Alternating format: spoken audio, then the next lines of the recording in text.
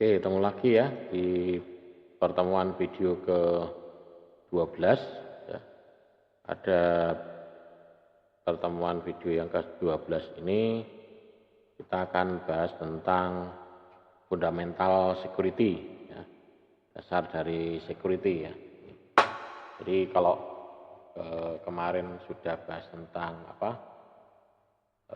fundamental network ya. Nah, pertemuan video ini kita bahas tentang fundamental eh,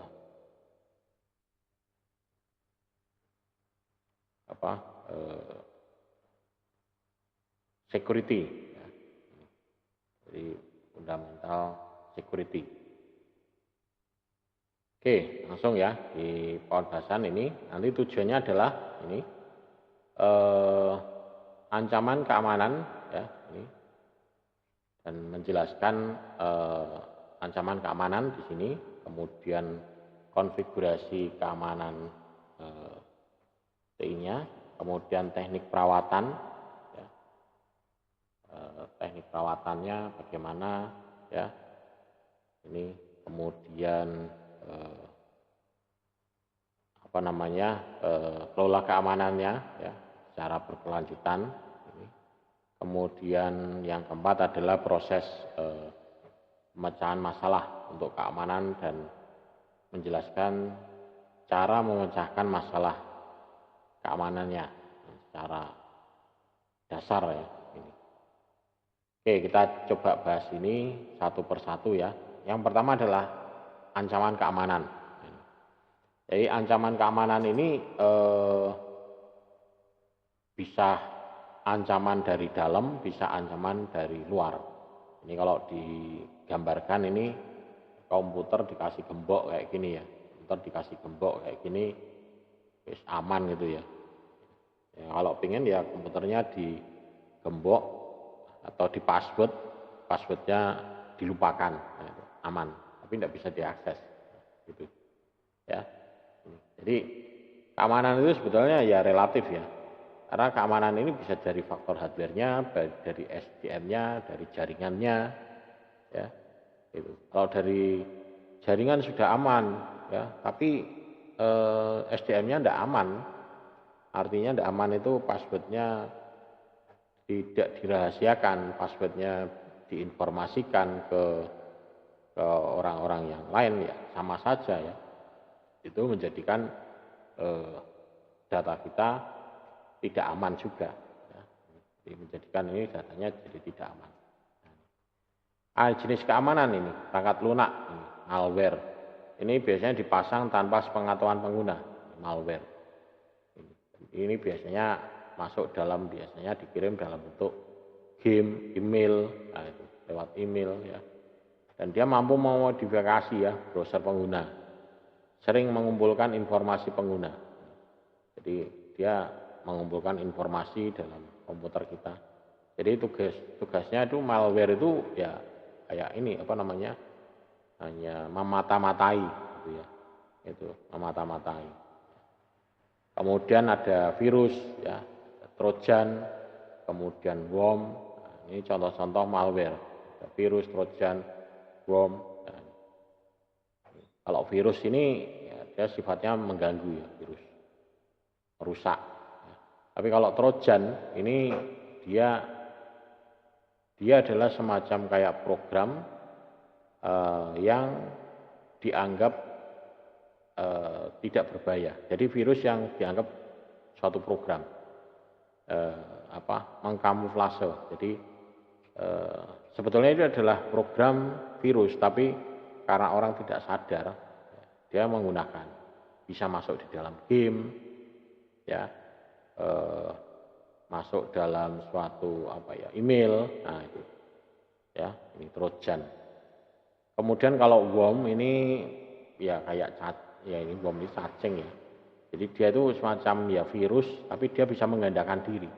Ya, sifatnya melumpuhkan, jadi menggandakan dan bisa menduplikasi diri. Nah ini beberapa contoh-contoh malware. Kemudian ada phishing, ya. Ini dirancang untuk mengelabui pengguna agar memberikan informasi pribadi atau keuangan. Phishing, misalkan ngirim email minta data-data ini mengaku dari perusahaan A, perusahaan B, atau mengaku dari kantor, mengaku dari mana. Nah, ini phishing. Ya, jadi kalau ada informasi yang meminta data ya yang tidak jelas, ya mending diabaikan saja. Kemudian spam, ini biasanya masuk di email, ya, di spam. Spam ini ya kadang mungkin ini biasanya kalau dulu itu marketing ya, menawarkan produk, barang. Jadi ya ibaratnya kalau spam itu kalau di tempat kita itu kayak brosur itu ya, digulung sebari brosur gitu, atau mungkin di parkiran itu ya, di kaca-kaca mobil, sepeda motor, kasih brosur-brosur kayak gitu.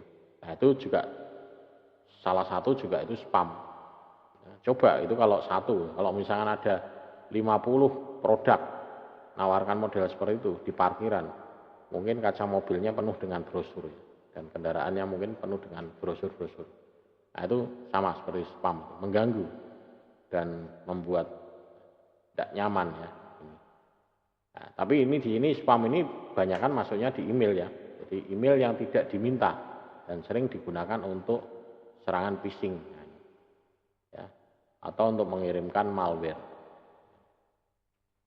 Kemudian alat browser web ya, seperti Java ya, Adobe Flash, ini juga dapat membuat komputer lebih rentan terhadap serangan. Browser-browser yang tidak diupdate, nah itu ya. Jadi, kemudian ada juga serangan zero day yang menyebabkan eksploitasi kerentanan perangkat lunak juga, ya, serangan virus atau apa ya? Kalau yang sekarang itu biasanya ransomware itu ya, yang lebihan. Nah ini jenis-jenis keancamannya. Jadi ada TCP/IP threat ya, ini penyerangan yang menggunakan TCP/IP. Di sini ada serangan DOS, denial of service, ya. Kemudian DNS positioning, ya. Ada reply, ada man in the middle, ada spoofing, ada synfloat, ada distribute DOS atau DDoS. Ini serangan-serangan yang menggunakan TCP/IP, ya. Menggunakan TCP/IP, dan ini sangat berbahaya ini. Ya, biasanya ini serangan ini diawali dari sini. Nanti setelah ini bisa masuk, itu nanti baru selanjutnya.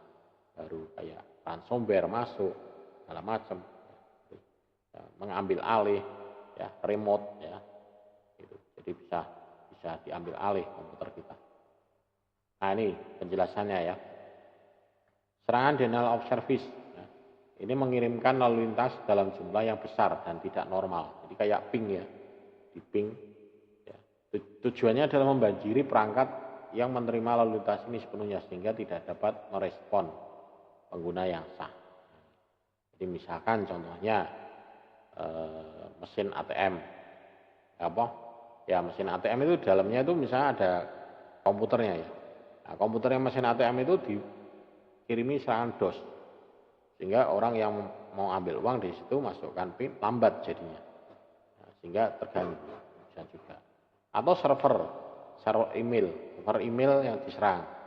Maka pada saat orang mau mengirimkan email atau mengakses email, dia akan jadi lambat. Jadi tujuannya hanya untuk ini, mengganggu. Tapi bisa juga nanti melumpuhkan ya. Nah, ini yang DOS. Kemudian distribut serangan DOS atau serangan yang terdistribusi menggunakan DDoS. Ini menggunakan botnet, ya, terletak di tempat-tempat geografis yang berbeda-beda sehingga sulit untuk melacak. Jadi pakainya botnet. Jadi ada agen-agennya. Gitu ya. Jadi kita nanti dari botnet nanti ada masternya, di sini kita tinggal jalankan trackernya, serang IP ini langsung botnetnya nyerang. Bahkan komputer kita mungkin bisa jadi botnet. Ya, gitu. Ya ini kalau DDoS ini hampir seperti kayak cara kerjanya hampir kayak ini.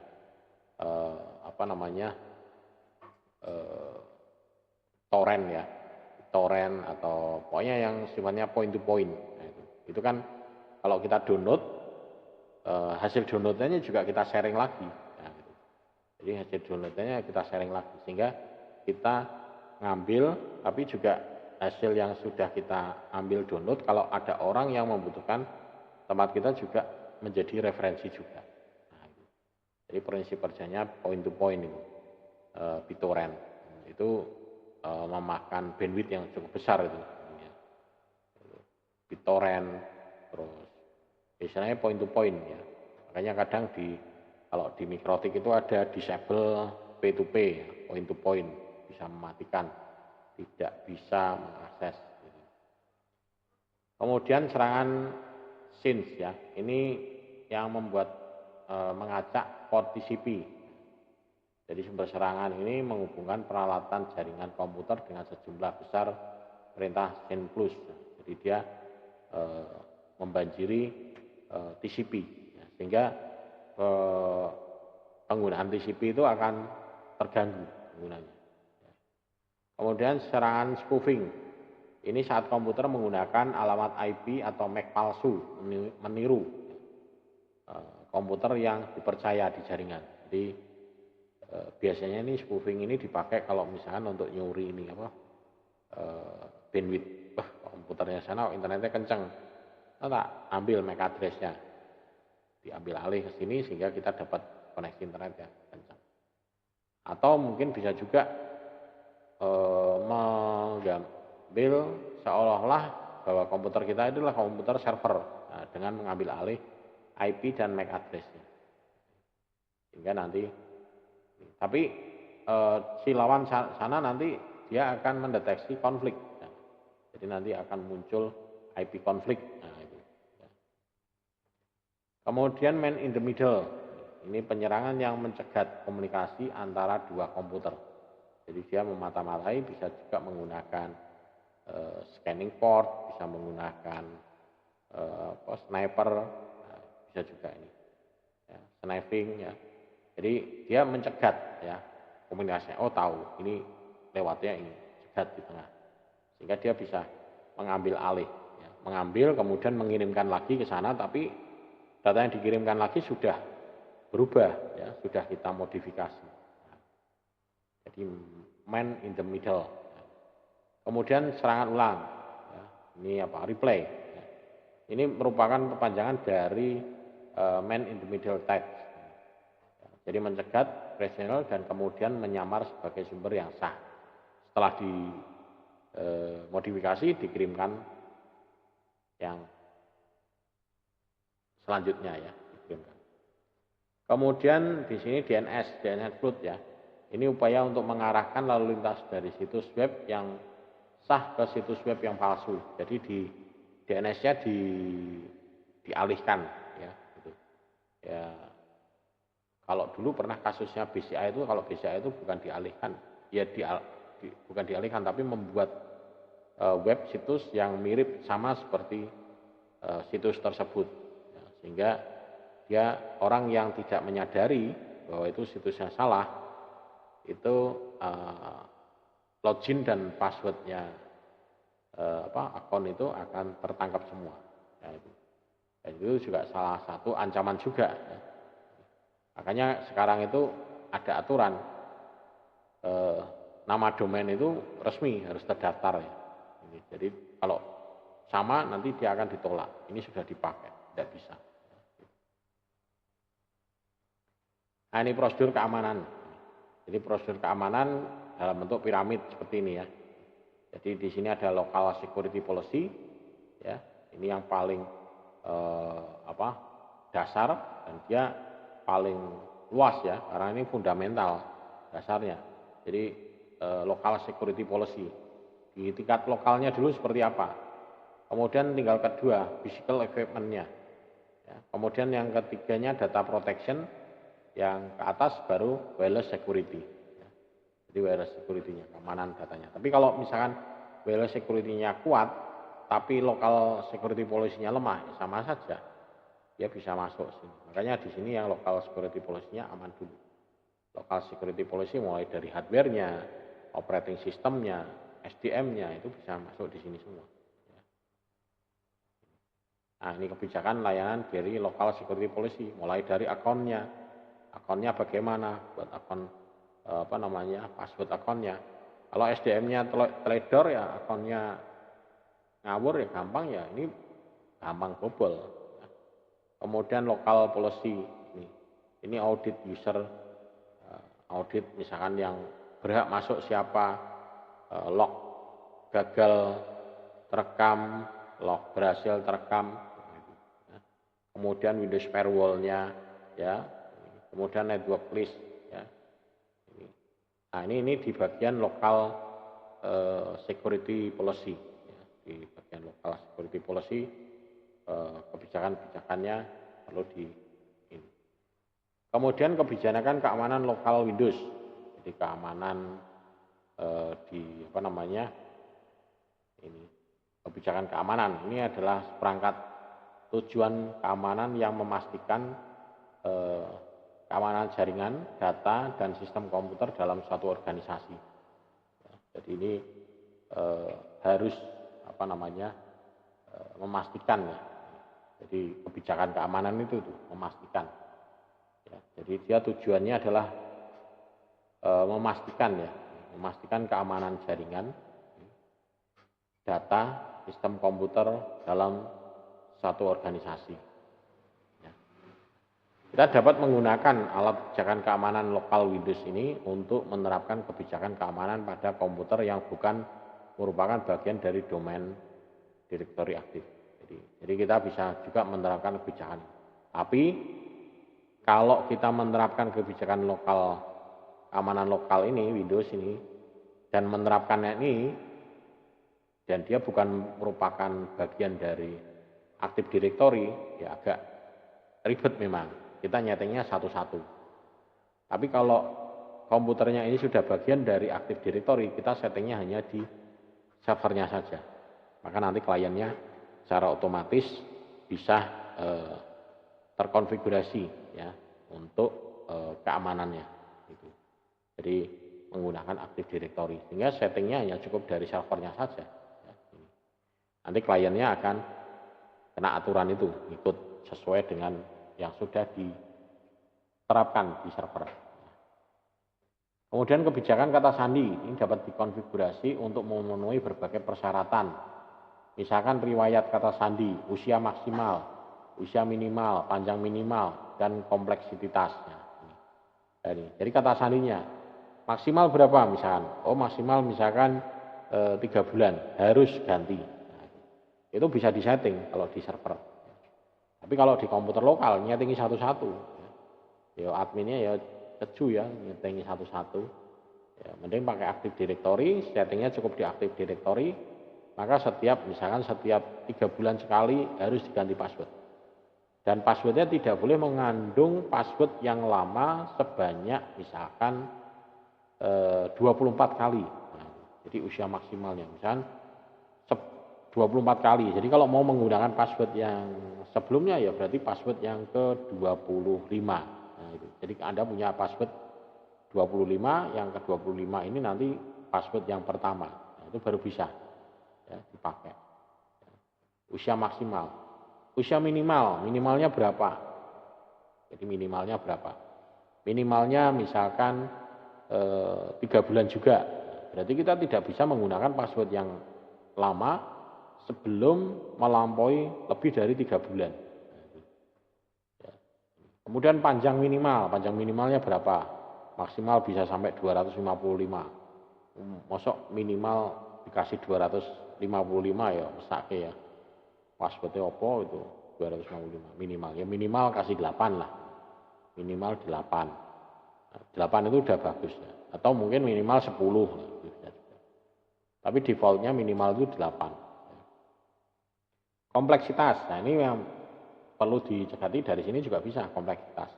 Jadi ada huruf besarnya, ada karakter besar, karakter kecil, ada angka, ada simbol, nah, itu.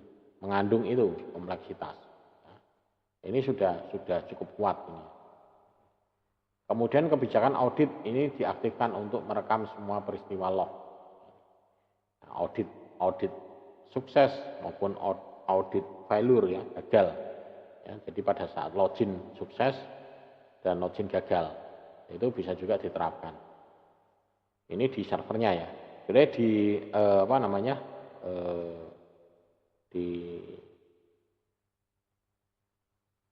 sheet jaringan juga bisa ya diterapkan itu. Kemudian jabat juga mengekspor ya kebijakan keamanan lokal ini untuk mempermudah memperbarui komputer lain dengan kebijakan keamanan yang sama. Ya. Jadi kita bisa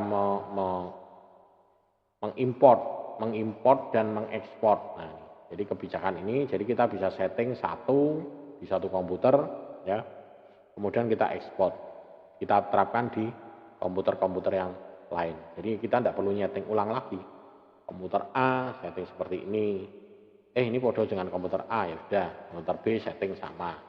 Komputer C setting sama. Nah, jadi kita tidak perlu membuat ulang satu persatu, ya, gitu. Tidak perlu membuat ulang satu persatu. Bisa di copy, ya, dan direstorkan untuk ini. Nah, ini keamanan akses di web, ya. Jadi keamanan akses di web ini misalkan ada start in private browsing. Nah, jadi kalau ini tidak akan kesiman. Jadi kalau di browser itu biasanya ada ya. Ini kalau di browser itu, nah ini contohnya browser lah di sini. Nah di sini ada new private Windows. Nah ini. Jadi kalau di sini kita berarti ini menggunakan private. Jadi lebih secure ya. In private, mengamankan akses web. Jadi menggunakan ini. Kemudian akses web, ini browser juga menyertakan berbagai alat ya yang dapat dimanfaatkan oleh penyerang. Jadi selain sebagian besar browser ini memiliki fitur yang dapat diaktifkan untuk meningkatkan keamanan. Contohnya misalkan ini di IE ya, ini ditingkatkan dengan mengaktifkan filter ActiveX, kemudian blokir pop-up, filter smart screen, kemudian ada private browser tadi itu ya. Jadi bisa kita aktifkan di situ. Ya, misalkan kayak ini ya di sini. Nah, di sini ada namanya ini. Nah, ini juga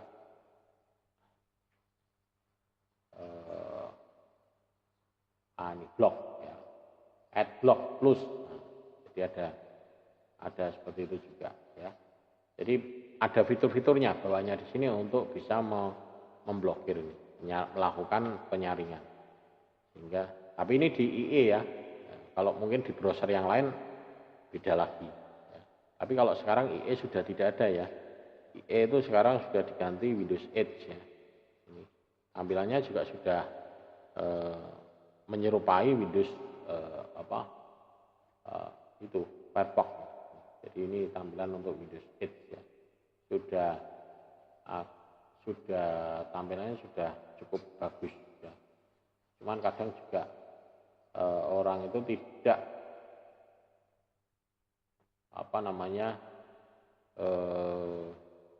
belum percaya menggunakan ini, belum percaya menggunakan Windows 8 ini.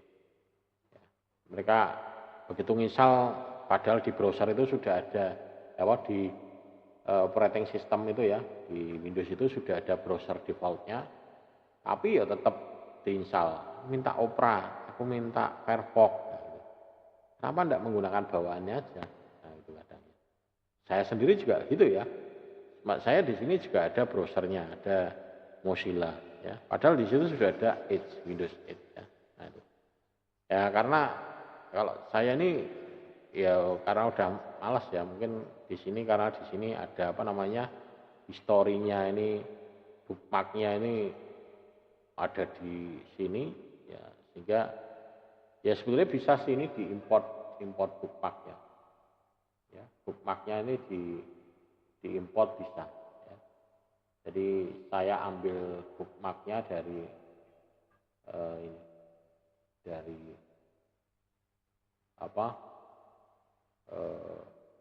dari Mozilla-nya ya, itu bisa juga diimport. Cuman ya karena belum terbiasa aja ya, belum terbiasa dengan penggunaan ini ya. Jadi kalau belum terbiasa ya dikapak-kapak ke yo anu. Nah ini bookmarknya, importnya dari mana itu ya, import. Ya, ini. Nah kemudian melindungi data dari ini. Di bawahnya Windows itu ada namanya enskripsi. Nah, ini. Jadi kalau folder maupun file ini bisa dienkripsi, dienkrip file. Nanti simbolnya warnanya gambarnya kuning atau gambar gembok. Ya. Ini kalau di komputer saya, misalkan di sini ya, ini saya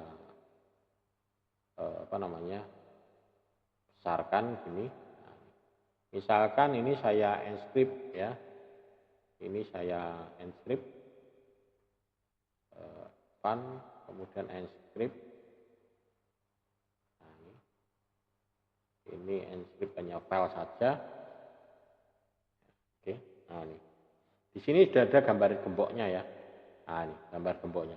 Ini kalau sudah di-enskrip seperti ini kalau warnanya kalau dikecilkan warnanya kuning. Kuning enggak? Enggak kelihatan, enggak kuning. Cuman ada gemboknya kalau ini. Kalau Windows 7 atau Windows dia warnanya kuning yang transkrip. Kalau ini bahwa ini dia sudah transkrip ya. Ya kalau transkrip kayak gini dia diakses oleh orang lain tidak bisa kecuali saya memberikan key-nya ya. Dan orang tersebut yang akan mengakses ini dia menginstal key-nya dulu baru bisa. Selama dia tidak menginstal key-nya maka ini tidak akan bisa terbuka. Tapi hati-hati juga ini ya, karena kalau ini sudah terenskrip OS kita itu kita install ulang, kita tidak bisa langsung bisa membuka file ini ya.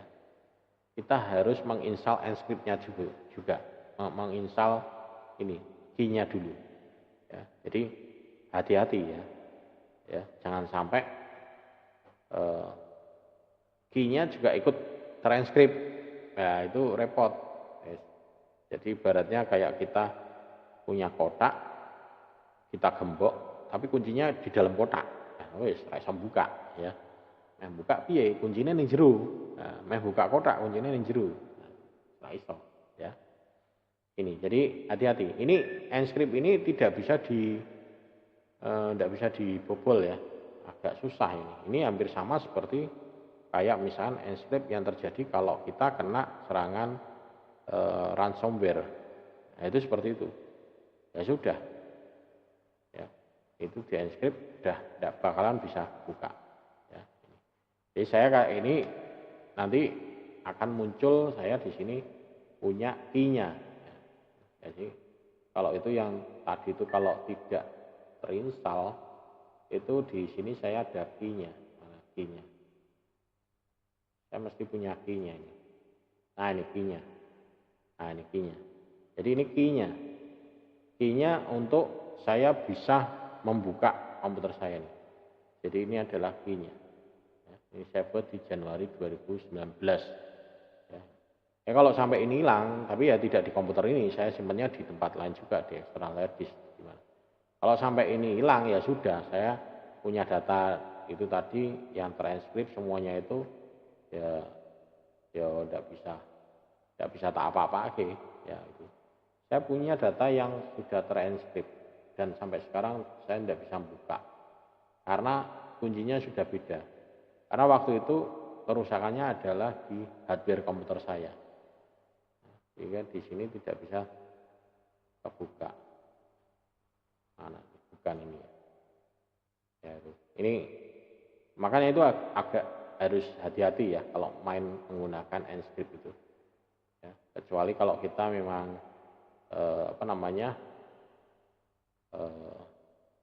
datanya memang data penting sekali. Nah, ini kalau sampai ini bukanya cuman ini, tapi yang harus kita punya wewenang. Kalau kita tidak punya wewenang tidak bisa.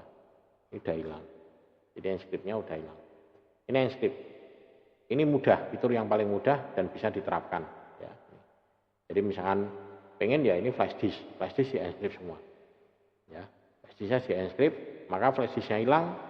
Orang tidak akan bisa buka data kita. Ya paling kita cuma kehilangan flash disk saja, tapi tidak sampai data kita itu bocor, ya, tidak sampai bocor kemana-mana. Kemudian melindungi data, ini melindungi data di komputer ini mencakup beberapa teknik itu. Ini misalkan di perangkat lunak, misalkan Windows firewall-nya. Jadi ini filter lalu lintas antara komputer dan komputer lain yang terhubung, ini juga. Ya. Kemudian keamanan biometrik, dia menggunakan smart card, EPOP, ya, untuk mencegah akses fisik yang tidak sah ke komputer. Ya, misalkan password lah paling aman ya kalau di laptop komputer kita. Passwordnya mungkin double ya, password login Windows sama password BIOS. Password BIOS bisa, Anda masuk di security, kemudian Anda setting, ada dua konfigurasi di situ ya, ada sistem password system sama password satunya lagi password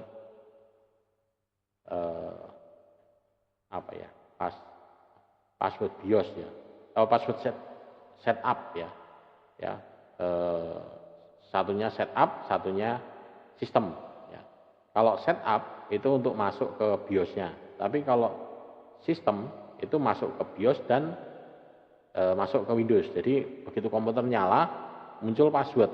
Nah, itu setting sistem. Jadi bisa disetting itu. Jadi kalau sudah itu lupa ya sudah, tidak bisa.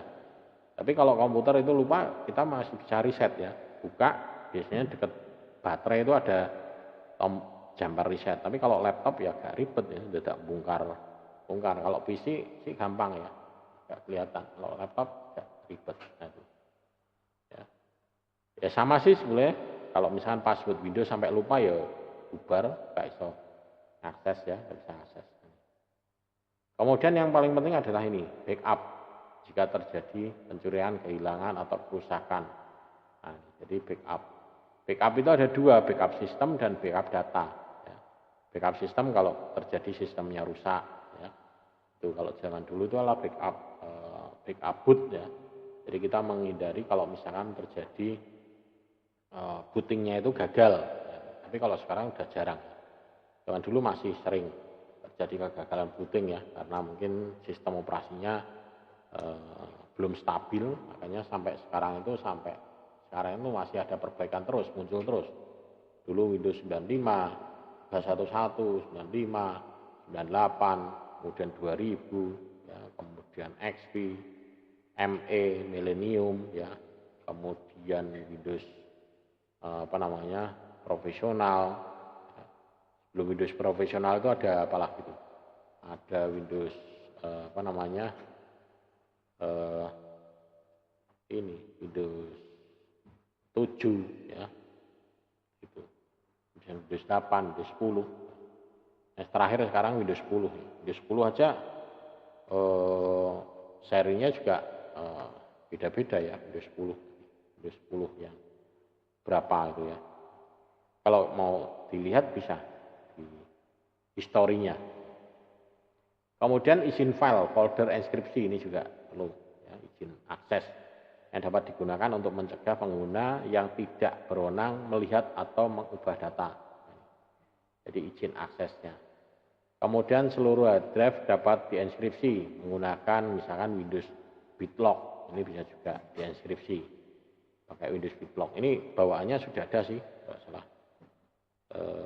Windows I, Pak ya. Di sini ada masuknya adalah security ya. Network game privasi. Ada ya.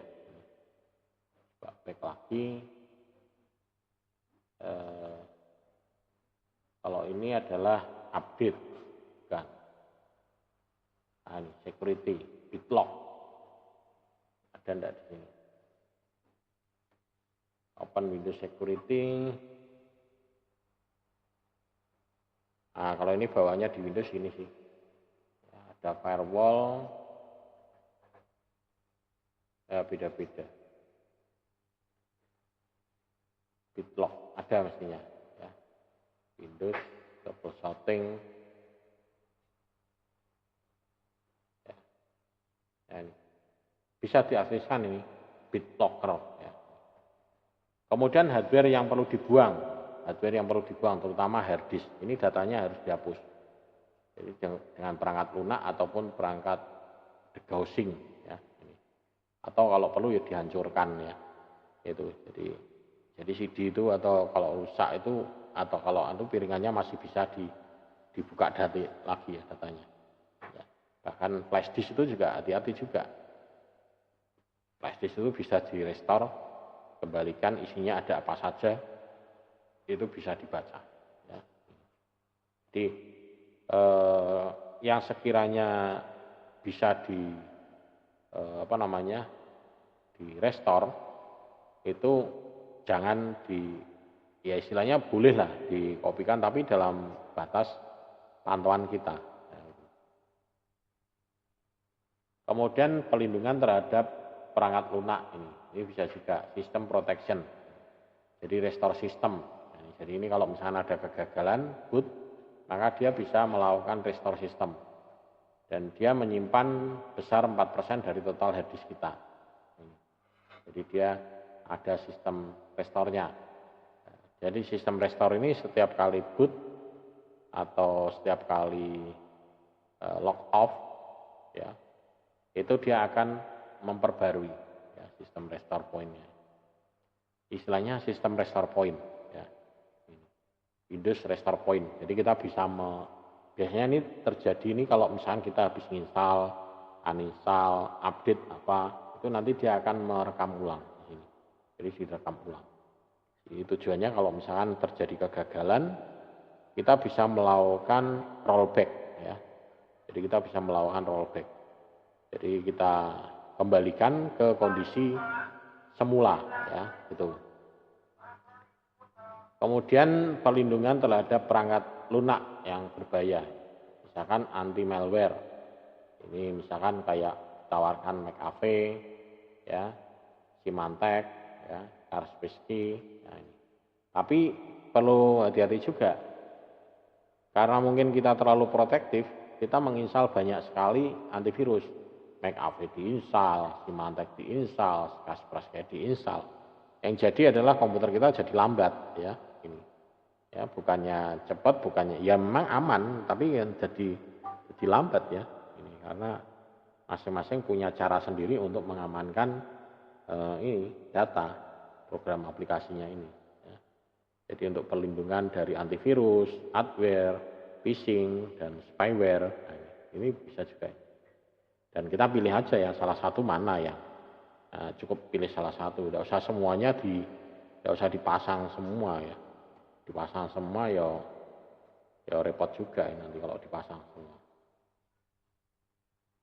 Kemudian selalu ambil file tanda tangan dari situs web production untuk memastikan pembaruan tersebut asli atau tidak dirusak oleh virus. Jadi harus dicek, istilahnya dicek file, istilahnya kalau di downloadan itu ada MD5-nya. Ini sudah sesuai dengan aslinya atau tidak ya, gitu. Jadi kalau tidak sesuai dengan aslinya berarti file ini sudah mengalami perubahan ya, perlu diubah, perlu diantisipasi. Dan jika komputer terinfeksi, ini langkah-langkahnya adalah ini ya. Hapus komputer yang terinfeksi dari jaringan atau matikan, putuskan ya. Pertama putuskan dulu dari jaringan. Ya, jangan sampai virusnya itu menyebar. Kalau virusnya itu sudah sampai menyebar ke komputer lain, jaringan repot sudah. Ya.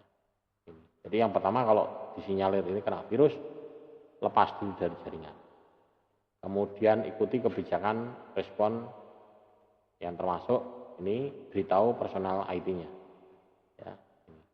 Kemudian simpan file lognya ke media atau yang flash disk ya, matikan komputer. Kalau pengguna rumah ini bisa memperbaiki semua program ya. Jadi mungkin bisa juga diinstal ulang gitu ya. Kemudian boot komputer dengan scan disk. Nah, ini kalau ini zaman dulu ya. Kalau sekarang ini boot disk ini mungkin sudah enggak mungkin ya. Ini kalau Windows sistem Windows 10 yang bisa boot, bisa menembus itu ya Windows 10 ya. Termasuk mungkin boot, kalau zaman dulu pakai boot pakai disket gitu ya.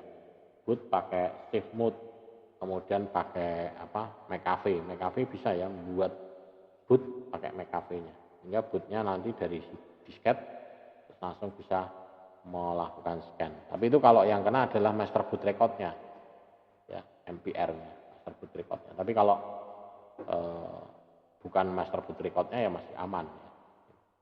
Biasanya di memorinya yang kena juga. Kemudian teknik keamanan juga ini, misalkan di sharing. Sharing ini juga perlu everyone jangan diberikan full control, tapi hanya read only saja. Ya kalau kita mau berikan full control ya pastikan jangan everyone ya, berikan ke user di sini. Berikan ke user siapa yang tahu persis dan itu diberikan. Ya, tapi kalau everyone ini berarti semuanya bisa mengakses. Ini kalau everyone ini biasanya untuk setting master ya master ataupun ataupun driver nah itu ya master atau driver itu masuk ini everyone. Kemudian teknik keamanan ini, semua komputer Windows jaringan ini harus menjadi bagian dari domain atau grup kerja. Ini dijoinkan, ya, paling aman seperti itu, join domain. Ya. Jadi sebelum komputer dapat berbagi sumber daya, mereka harus berbagi nama domain atau grup kerja. Jadi harus dijoinkan dulu, join domain. Ini yang paling aman adalah ini, dan ini yang ada hanya di Windows Server, ya, join domain. Mungkin ini kalau Anda pernah ikut atau nanti ya, di semester selanjutnya mata kuliah namanya pengelolaan administrasi server. Itu nanti di situ kebetulan saya yang ngajar, nanti di situ ada juga cara mengatur join domain nanti bagaimana. Ya, ini.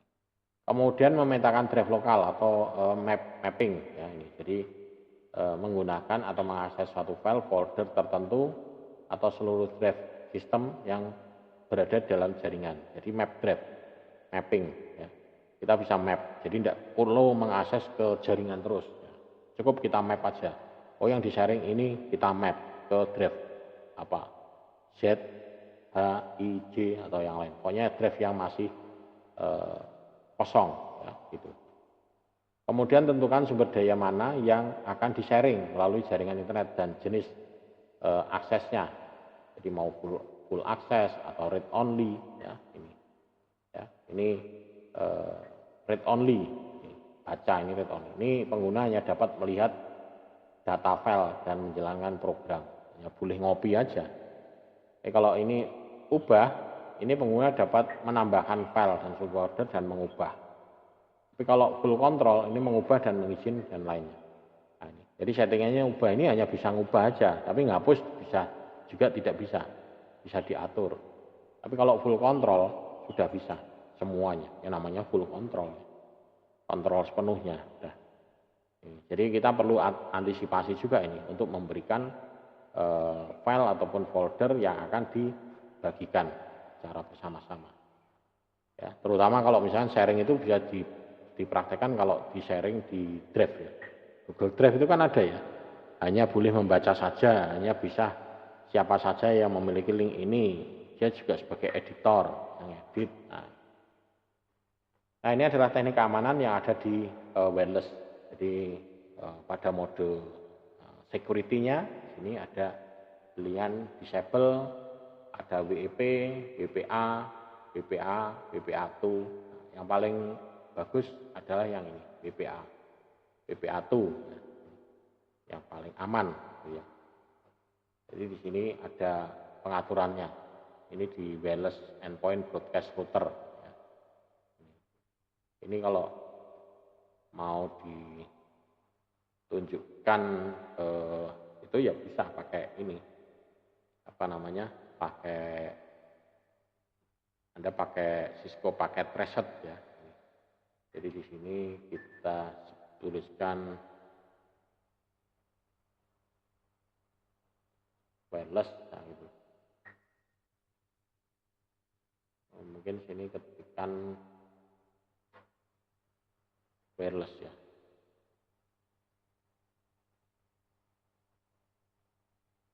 Wireless nggak muncul ya.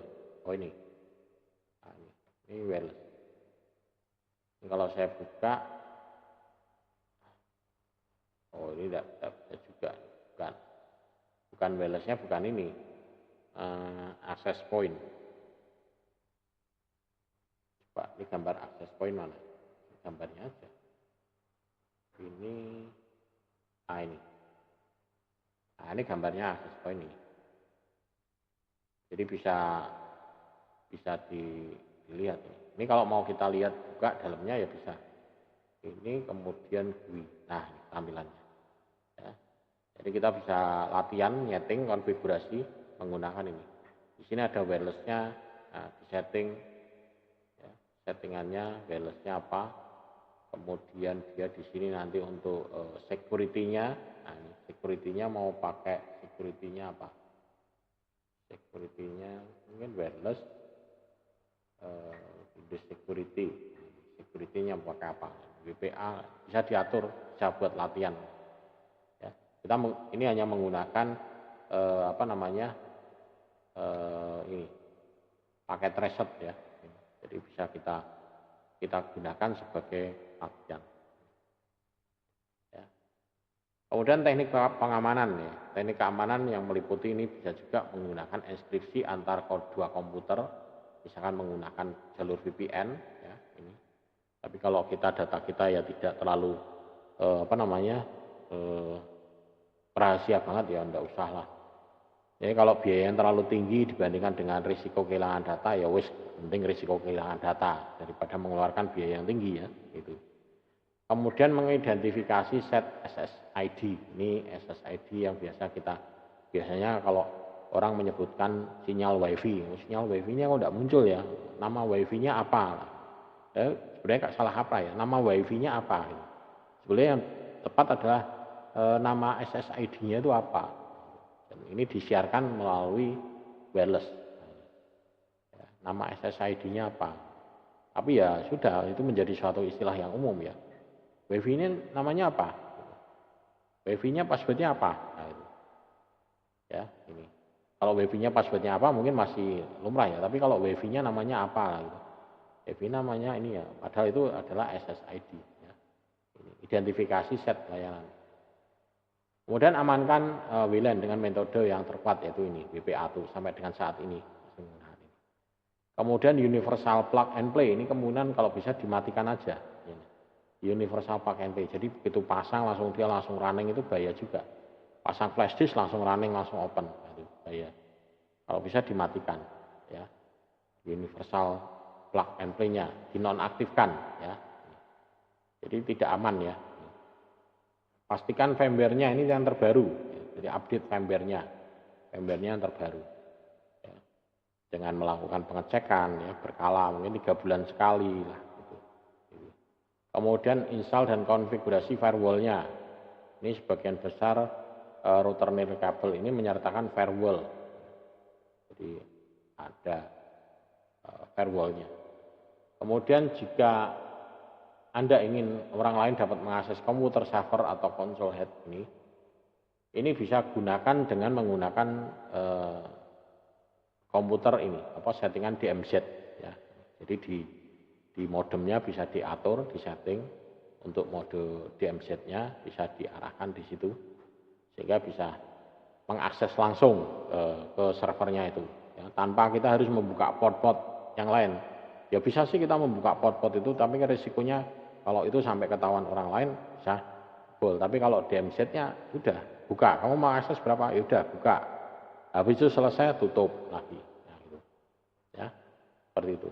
Sehingga supaya tidak disalahgunakan. Dan lagi toh ini juga ada login sama passwordnya DMZ. Ya. Kemudian melindungi peralatan fisik, bisa juga menggunakan finger. Ya, yang di laptop itu ada disediakan finger, password. Handphone kita sekarang sudah untuk bukanya juga menggunakan biometrik ini ya, sidik jari ya. Autentifikasinya sudah menggunakan sidik jari. Nah, ini yang paling aman adalah ini, tidak bisa dipalsukan ya. Kemudian melindungi peralatan fisik ya. Ini teknik umumnya adalah simpan perangkat jaringan di lemari yang terkunci. Jadi peralatan jaringan misalnya kayak switch hub, pokoknya sesuatu yang sifatnya sambungan-sambungan itu, switch hub, router, semuanya itu disimpan dalam lemari yang terkunci atau misalkan dalam ruangan yang terkunci. Ya. Kemudian pertimbangan pengaturan kata sandi di BIOS atau di UEFI ini juga. Di BIOS ini ada, tadi sudah saya utarakan ya, ada password security, ada password system dan password setup. Nah, jadi bisa digunakan itu. Nonaktifkan auto run dan auto play. Ini terutama untuk USB, port USB dan CD-ROM ya, dimatikan aja auto run. Kemudian menerapkan autentikasi multifaktor yang meliputi ini suatu yang Anda ketahui, misalkan kata sandi, ya. Kemudian suatu yang Anda miliki, EPOP, kemudian sesuatu tentang Anda, misalkan sidik jarinya. Jadi autentifikasinya harus benar, ini kata sandinya, ya, apakah ini milik Anda, kemudian tentang Anda, misalnya sidik jarinya. Autentifikasinya harus selalu update, ya, harus benar. Kemudian kunci semua peralatan dengan kabel keamanan. Jadi peralatan ini kalau bisa ya dikunci, ya, jangan sampai ada yang bisa melepas, masang. Kalau misalnya memang dikunci ya dikunci, ya, gunakan kartu kunci pengawas video atau penjaga keamanan yang misalkan terpercaya ya, misalkan pusat data gitu ya. Jadi dia memang fungsinya adalah mengamankan itu semua pusat data. Nah, ini teknik perawatan ya, teknik perawatan yang ada di jaringan. Ada pastikan adalah ini mengaktifkan firewall-nya, jangan pernah mematikan. Kemudian buat user password di sini biasakan kita menggunakan ini. Biarkan si user itu mengubah passwordnya. User must check password at net logon. Jadi jangan menggunakan password default. Ya sekalipun itu yang memberikan password adalah teman kita sendiri ya. Tapi ya usahakan ya, gunakan password yang dari kita sendiri ya, supaya diganti. Ya. Kemudian untuk security maintenance, menjaga keamanan meliputi selalu perbarui sistem operasi dengan patch keamanan yang terbaru. Jadi update, intinya update.